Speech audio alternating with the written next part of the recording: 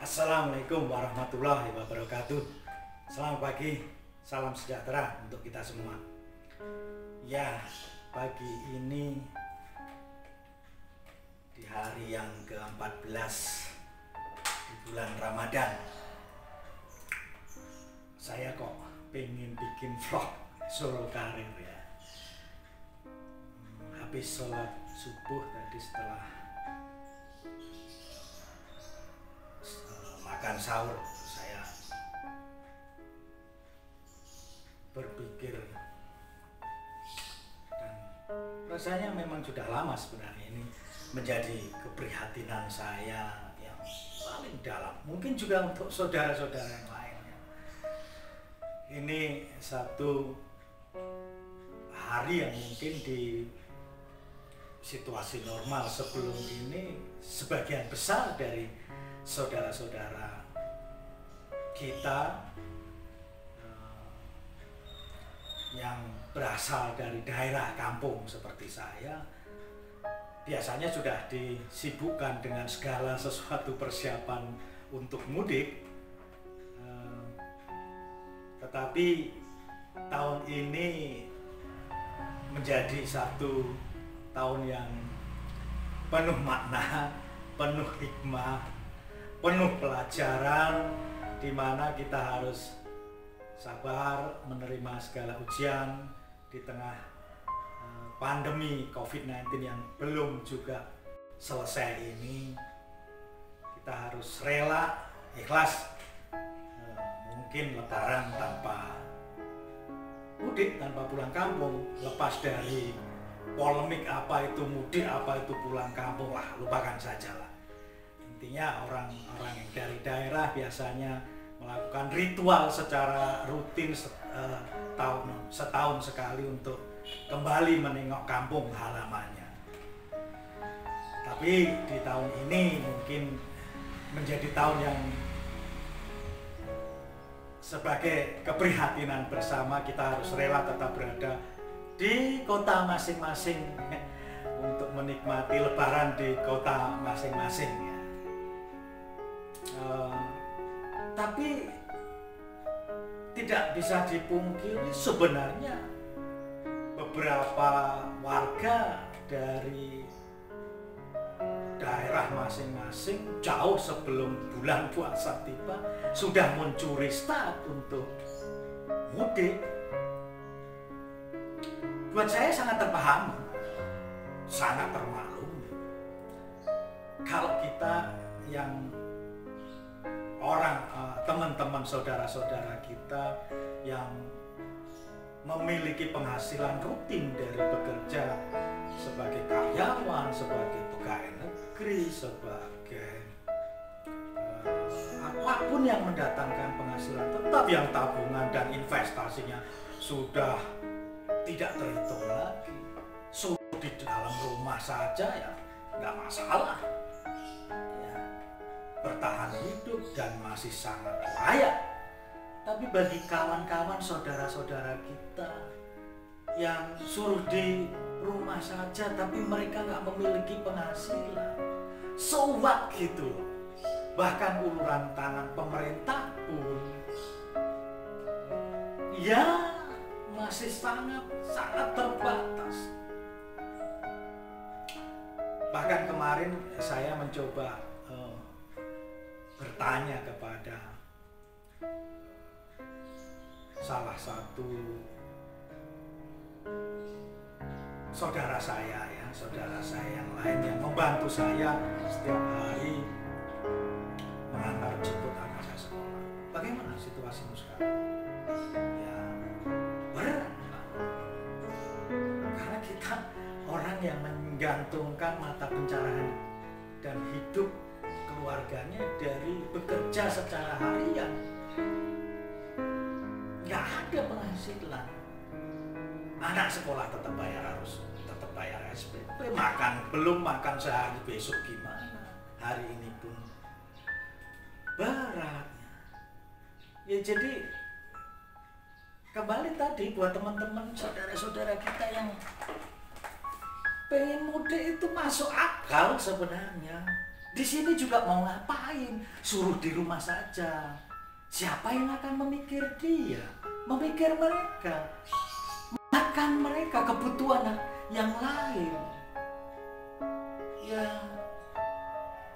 mereka rela kucing-kucingan dengan aparat untuk segala cara dilakukan supaya bisa pulang ke kampung halamannya. Dia mungkin akan lebih merasa terlindungi oleh saudara-saudara dan kerabatnya yang lain.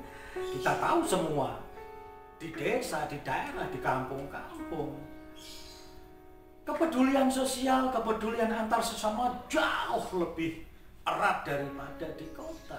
Di kota dia tetap tinggal, di daerah tetap tempat dia mencari nafkahnya untuk menghidupi keluarganya. Di kampung dia kehilangan pekerjaan, dia kehilangan penghasilan. Siapa yang akan memikirkan untuk membiayai kehidupan mereka kalau dia kemudian kita ya larang, kecuali ditanggung full betul. Nah, di bulan Ramadan ini sebenarnya saya juga berpikir barangkali tempat-tempat ibadah yang biasanya melakukan aktivitas ibadah ritual, tidak ada salahnya untuk lebih memberi porsi yang lebih besar, melakukan ibadah sosial, mencoba memikirkan nasib saudara-saudara kita yang lain yang membutuhkan, khususnya di situasi pandemi seperti sekarang ini, membutuhkan uluran tangan kita. Saya belum melihat begitu baik mau peran-peran anggota masyarakat ya secara sporadis, individual membagikan box makanan di jalanan, tapi kan nggak terarah. Satu sisi malah ada yang banyak, satu orang dapat berapa, sisi yang lain sudah berapa hari nggak terima apapun, bantuan apapun, paket sembako apapun. Kembali ke tukang ojek saya, dalam 2 bulan ini dikasih bantuan berapa? 1 box sembako seharga 150.000. Bisa hidup dari mana? Ayo, saya mengajak juga pada diri saya sendiri, keluarga saya, saudara-saudara dekat saya, teman-teman dekat saya, dan semua di antara kita yang merasa masih memiliki keberuntungan yang lebih baik, ya, merasa bisa mengulurkan tangan. Kalau sendiri-sendiri, ya ibarat sapu lidi lah. Kalau potongan-potongan lidi itu tercerai-berai, nggak ada kekuatan apapun. Tapi kalau bersama, walaupun hanya sedikit-sedikit, yang sedikit-sedikit itu akan menjadi kokoh dan kuat. Saya belum melihat, ya mohon maaf, dari para penggede berjenjang ya melakukan ayo gerakan massal gitu ya, yang masif, ayo kita melakukan apa ya, walaupun artis, bahkan kemarin Mas Didi Kempot meninggal, sementara beberapa hari sebelumnya terlihat luar biasa peran dia untuk membantu saudara-saudara kita yang terdampak pandemi COVID-19 ya. Artis-artis melakukan konser dari rumah saja dan sebagainya. Tapi mana yang lain? Saya berpikir begini, kalau rumah-rumah ibadah, masjid, gereja, pura dan sebagainya memberi porsi yang lebih kepada sosial, apa ya, tempat ibadah juga tempat melakukan aktivitas apa saja, apalagi untuk memikirkan nasib sesamanya, nasib saudara-saudara lainnya yang lagi membutuhkan. Di masjid saya kok, ya di kompleks saya sendiri aja, kok nggak ada ajakan gerakan untuk ayo kita kumpulkan sedikit-sedikit di level katakanlah yang itu RT, RW, lurah dan sebagainya, sampai atau nggak tahu apakah itu top down atau bottom up. nggak ada gerakan yang masif itu. Kok saya nggak ngerasain ya itu. Malah yang kuat itu adalah ikatan-ikatan, mohon maaf, etnosentris mungkin ya. Para perantauan dari daerah mana itu mencoba menghalang donasi. Kemudian kemarin saya dapat bagian, istri saya dapat bagian dari sana, ranah Minang di perantauan, dapat bagian sembako. Saya sudah itu untuk saudara-saudara yang lain. Saya bukan merasa lebih mampu, enggak, wong saya juga pensiunan. Bekerja pun kalau dapat panggilan, ya mungkin bahkan hampir sudah 6 bulan lebih ini, rela ikhlas di rumah saja. Tapi dalam situasi yang kayak gini rasanya kita masih jauh lebih beruntung daripada saudara-saudara kita yang lain.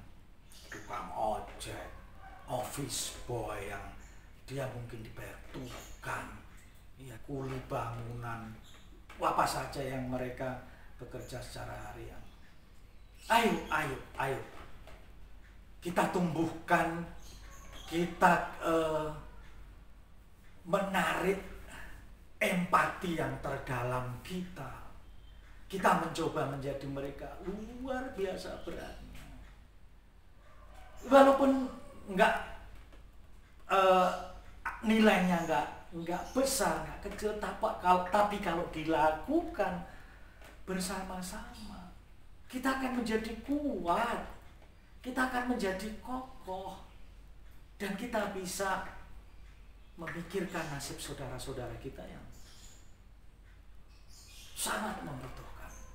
Ya, di sini dilarang mudik, mau ngapain? Sementara kalau di daerah dia mungkin berpikir, mereka bisa dibantu oleh saudara-saudaranya di kampung. Mau mati di tanah perantauan, kelaparan, konyol juga. Ya Allah, ya Tuhan, ya Allah, semoga Engkau segera mengangkat pandemi COVID-19 ini, menyelesaikan ujian ini dengan baik untuk hidup yang lebih baik, lebih bermartabat. Sekali lagi saya mengajak pada diri saya, ayo kita merenung bagaimana nasib saudara-saudara kita. Ayo kita ulurkan tangan, bergandengan tangan, ya, bersama-sama, jangan sendiri-sendiri. Cobalah mungkin lewat kompleknya, lewat masjidnya, lewat gerejanya, lewat puranya, ya, lewat RW-nya, lewat kelurahannya, lewat lebih jauh kecamatannya. Ya. Kasihan saudara-saudara kita. Ya. Prihatin kita tidak hanya cukup kita berdiam diri di rumah, tapi berdiam dengan melakukan sesuatu yang bermakna, berfaedah, bermanfaat untuk sesama. Ayo kita bisa bersama, kita ulurkan tangan, ya, untuk saudara-saudara kita yang membutuhkan. Jangan pikirkan berapa nilainya, tapi kalau itu kita kumpulkan secara bersama-sama, yang sedikit-sedikit itu akan menjadi bukit, bisa kita salurkan kepada saudara-saudara kita. Ya, itu mudoroso saya pagi ini. Mudah-mudahan kita akan segera selesai dari ujian ini, lulus dengan summa cum laude, ya. Lalu perilaku kita akan menjadi lebih baik. Wabil khusus kepada saudara-saudaraku muslim di bulan Ramadan, ya, salah satu hikmah puasa adalah untuk mengasah kepedulian kita kepada sesama yang nasibnya tidak sebaik dan seberuntung kita.